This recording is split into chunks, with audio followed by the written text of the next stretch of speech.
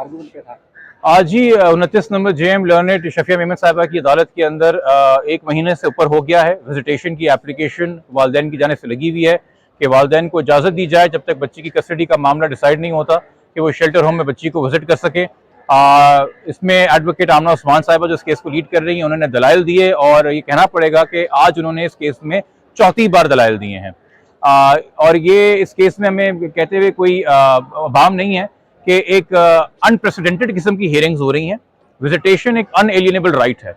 वालदैन का बच्चे से मिलना इतना अनएलिएनेबल राइट है कि आपके इल्म में है कि जब एमएलओ की दरख्वास्त हाईकोर्ट सुन रहा था, जिसका मुलाकात से या मुलाकात के हवाले से जिसमें कोई प्रेयर या ग्राउंड नहीं था, उसमें भी अदालत ने इस बात को रिकग्नाइज किया कि 5 महीने हो गए हैं वालदैन बच्ची से नहीं मिले हैं और उन्होंने ना सिर्फ इजाजत दी मुलाकात की, बल्कि उन्होंने एक फैमिली जज की ड्यूटी लगाई कि वो बच्ची को जाके मनाएंगे और अगर उसको कोई डर और खौफ है वो दूर करेंगे और उसे राजी करेंगे कि वालदैन से मुलाकात करे।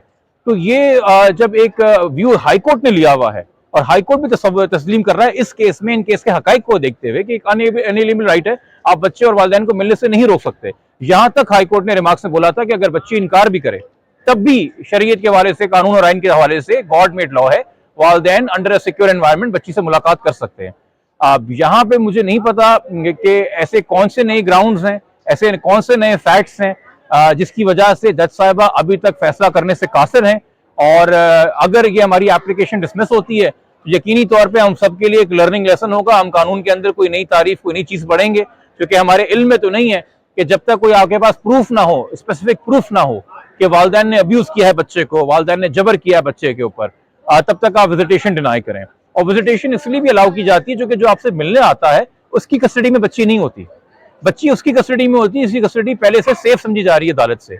इस तरह अगर वालदैन के बीच में तलाक हो जाए और माँ के पास कस्टडी हो और बाप को विजिटेशन दी जाए तो वो माँ की कस्टडी के अंदर बाप आके विजिट करता है। इस तरीके से चाइल्ड प्रोटेक्शन सेंटर है, उसको कस्टडी दी हुई है, उसके सेफ एनवायरनमेंट में वालदैन ऑलरेडी मुलाकात करके आ चुके हैं। हाई कोर्ट तक ने समझा है कि ये जरूरी, इनकी मुलाकात जो है वो अनसेफ नहीं है। तो आज हम एक्सपेक्ट कर रहे थे कि आज फिर इतनी तवील आर्ग्यूमेंट्स हुई, फैसला हो जाना था, मगर खैर 31 अक्टूबर के लिए फैसले को महफूज किया है। हम उम्मीद ही कर सकते हैं कि ये जो बेसिक कॉन्सेप्ट है कानून के, इनको कंट्रोवर्शियल ना किया जाए। जो बेसिक बुनियादी बातें, जो कुदरत का भी निज़ाम है, जो कानून का भी निज़ाम है, उसके तहत वालदैन को मिलने की इजाज़त दी जाए। ये केस में मुद्दई हैं, इनके बच्ची से मिलने पे केस का एविडेंस भी खराब नहीं होता। एक बच्ची को एक सेफ एनवायरनमेंट में चाइल्ड प्रोटेक्शन सेंटर में मिलकर बरगला भी नहीं सकते, उस हवाले से ये बच्ची को कोई नुकसान भी नहीं पहुंचा सकते, ना पहुंचाना चाहते हैं। तो मुझे नहीं पता, अगेन ये रीजंस बेहतर है जज साहिबा अपने ऑर्डर के तहत ही बताएंगी, बट ये हम जरूर कहेंगे, ये एक तरीके से हमारा आप प्रोटेस्ट भी कह लीजिए कि 3 से 4 बार इस केस को बार बार असरे नौ सुना गया है। आज सिर्फ इतनी मेहरबानी हम पे हुई है कि इस करना, हमें लग रहा था कि पहली हियरिंग के बाद ही ऑर्डर आ जाना था या दूसरी हियरिंग के बाद ही ऑर्डर आ जाना था, मगर बार बार सुना जा गया कि इसको बार बार वही दलाइल रिपीट हुए, वो हम समझने से कासिर है। जिसका फायदा यकीनी तौर पे जो टाइम गेनिंग जो प्रैक्टिस है या जो टाइम गेनिंग टैक्टिक था अक्यूज का, मुल्जिम का, उसको फायदा पहुंचता रहा है, तो वो गेन करते रहे। तो आज एहसान है जी कि कम से कम ऑर्डर के लिए उन्होंने रख दिया। मुल्जिम के वकील का कहना है कि बच्ची माइनर नहीं है, अगर माँ बाप जाके मिले तो इन्फ्लुएंस करेंगे, उसको कन्विंस कर लेंगे तो ना मिलने दिया जाए, और अगर स्टेटमेंट लेना है कोर्ट ने तो कोर्ट बुला ले अपने पास। देखिए जी, अगर बच्ची माइनर नहीं है तो उसको कौन कन्विंस कर सकता है ना। 18 साल से ऊपर एक लड़की है जो कि एक सेफ प्रोटेक्शन सेंटर के अंदर है, उसको ना आप कोई थ्रेट दे सकते हैं वहां पे, ना उससे आप ऐसी कोई बात कर सकते हैं। तो जो अगर ऑलरेडी 18 से ऊपर है तो भाई वो जाके शनाख्ती कार्ड के लिए क्यों नहीं अप्लाई कर देते, बच्ची का नया पासपोर्ट क्यों नहीं इशू करा देते। मुझे बता दीजिए कि क्या नादरा बच्ची का जो ऑलरेडी बेफॉर्म इशू कर चुका है उस रिकॉर्ड को जला के उसको 18 का डिक्लेयर करने को तैयार है? क्या आपके डीजी पासपोर्ट जो ऑलरेडी पासपोर्ट बच्ची को इशू हो चुका है, जिसपे वो इंटरनेशनल ट्रैवल कर चुकी है, उस पासपोर्ट का रिकॉर्ड जला के उसको नया पासपोर्ट इशू करने को तैयार है? क्या वो डॉक्टर्स जिन्होंने ओपाइन किया है कि बच्ची नियर टू 15 ईयर्स है, वो 10 डॉक्टर्स जिसमें प्राइवेट अस्पताल के डॉक्टर्स भी शामिल हैं, क्या हम उन सबकी डिग्रियां जाली करार दे देंगे? ये क्या वो स्कूल, जैसे बच्ची का स्कूल लिविंग सर्टिफिकेट और स्कूल के डॉक्यूमेंट्स हैं, क्या वो स्कूल जाली था? क्या उसको जाके अब एजुकेशन डिपार्टमेंट से बंद कराएं? एक तरफ एक जबानी दावा है जिसका ना कोई सर है ना पैर है, और उन लोगों की तरफ से दावा है जिनके झूठ खत्म नहीं हो रहे। माजरत के साथ मैं पहले बहुत एहतराम से बात करता रहा हूं, बट मैं भी एक बहुत ही अफसोसनाक बात है जिस तरीके से मुल्जिम के वकील अदालत के सामने झूठ बोलते हैं, गलत बयानी करते हैं। एक होता है जी मेरा नैरेटिव ऑफ फैक्ट्स ये है, मेरी इंटरप्रिटेशन ऑफ लॉ ये। आज दलाइल दिए जा रहे थे कि जी चलान तो चैलेंज हुआ हुआ हाई कोर्ट में, 2 हफ्ते हो गए डिसमिस हुए हुए उस एप्लीकेशन को, इनकी चलान इन प्लेस है, trial is to proceed as per schedule. आज तो रीजन ऑर्डर भी आ गया हाई कोर्ट का उस हवाले से। आप इतना मिसलीड कर रहे हैं as an officer of the court. इनके वकील भूल गए कि शायद मुल्जिम के वकील के अलावा इनकी ड्यूटी टुवर्ड्स द कोर्ट भी है, और कोर्ट को इस बात का एहसास करना चाहिए। और अगर देखिए जजेस, मुझे बहुत अच्छे लगते हैं जजेस जो मेरे हक में फैसला देते हैं, मुझे उससे ज्यादा अच्छे लगते हैं जजेस जो मेरे खिलाफ फैसला देते हैं, मगर बिल्कुल किसी को वो जजेस अच्छे नहीं लगते जो फैसला देने की सलाहियत नहीं रखते।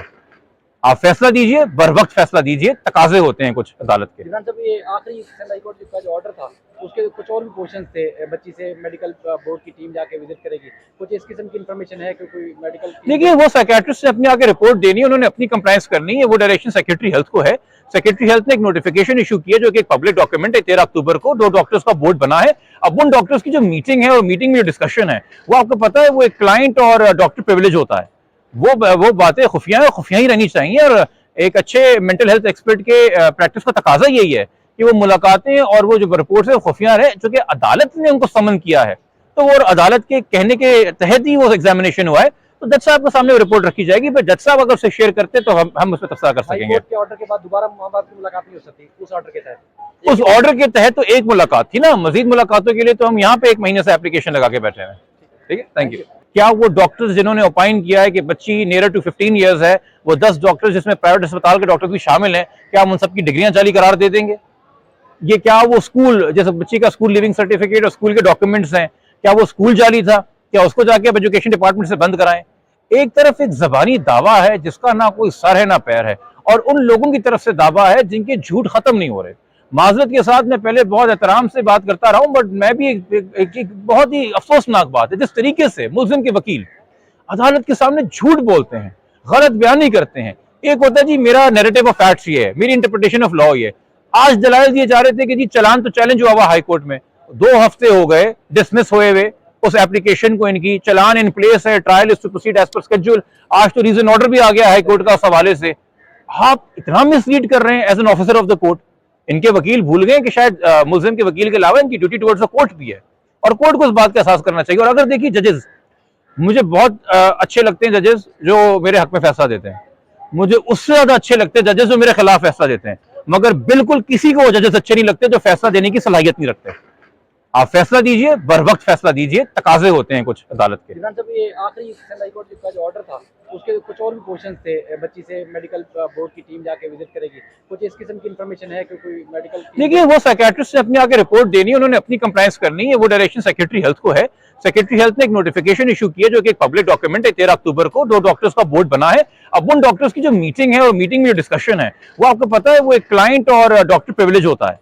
वो बातें खुफिया है, खुफिया ही रहनी चाहिए। और एक अच्छे मेंटल हेल्थ एक्सपर्ट के प्रैक्टिस का तकाजा यही है कि वो मुलाकातें और वो जो रिपोर्ट है खुफिया रहे, जो कि अदालत ने उनको समन किया है, तो वो अदालत के कहने के तहत ही वो एग्जामिनेशन हुआ है।